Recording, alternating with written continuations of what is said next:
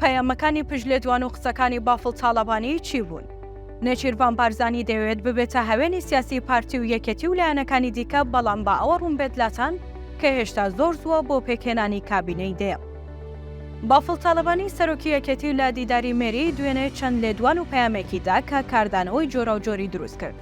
پەیامەکەی سەرۆکی یەکێتی بە جۆرێک بوو کە هێشتا کەش و هەوای بانگەشی هەڵبژاردننی پێوە دیار بوو.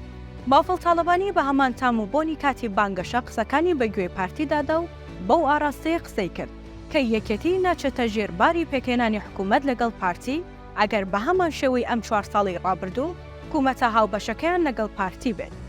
قسەکانی سەرۆکی یەکێتی بە هەمان ئاست و تاڕادەی کەمتر لە کاتی بانگەشە تون بوو بەرامبەر پارتی، جۆرێک لە بێمنەتیشی تێدا بوو کاتێک ڕایگەیاند با پارتی لەگەڵنەوەی نوێ و لایەنە ئیسلامیەکان و لایەنەکانی دیکە حکوومەت پێکبهێنن.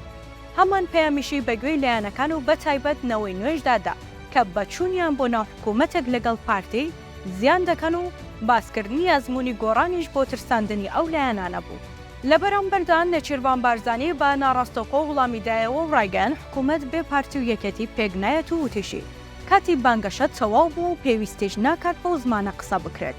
نێچیروان بارزانی بە سیاسیەکی میانەڕە و دیپلۆماسی دادەنرێت بە پێچەوانەی بەشێکی دیکەی سیاسی و بەرپرسانی کورد بەردەوام هێڵی پەیوەندی لەگەڵ نایارەکانیشی ناپچڕێنێت و وەک دۆستەکانی دەڵێن بۆتە هەوێنی سیاسی پارتی و یەکێتی و لایەنەکانی دیکەش.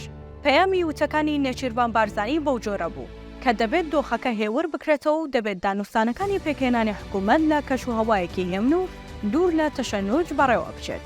هاوکات سەرۆکی یەکێتی بە باسکردن لە هەڵبژاردننی پەرلەمانی عێراق و پەیامەیدا بە پارتی کە حکوومەت تا دوای هەڵبژاردننی عێراق ئەستەما پێک بێت. وەک سەرچاوەکی نزیکی بافڵ تاڵەبانی دەڵێن لە دوای دیداری مێری بە بەرپرسێکی وتووە هێشتا زۆر زووە بۆ پێکهێنانی کابینەی دێ.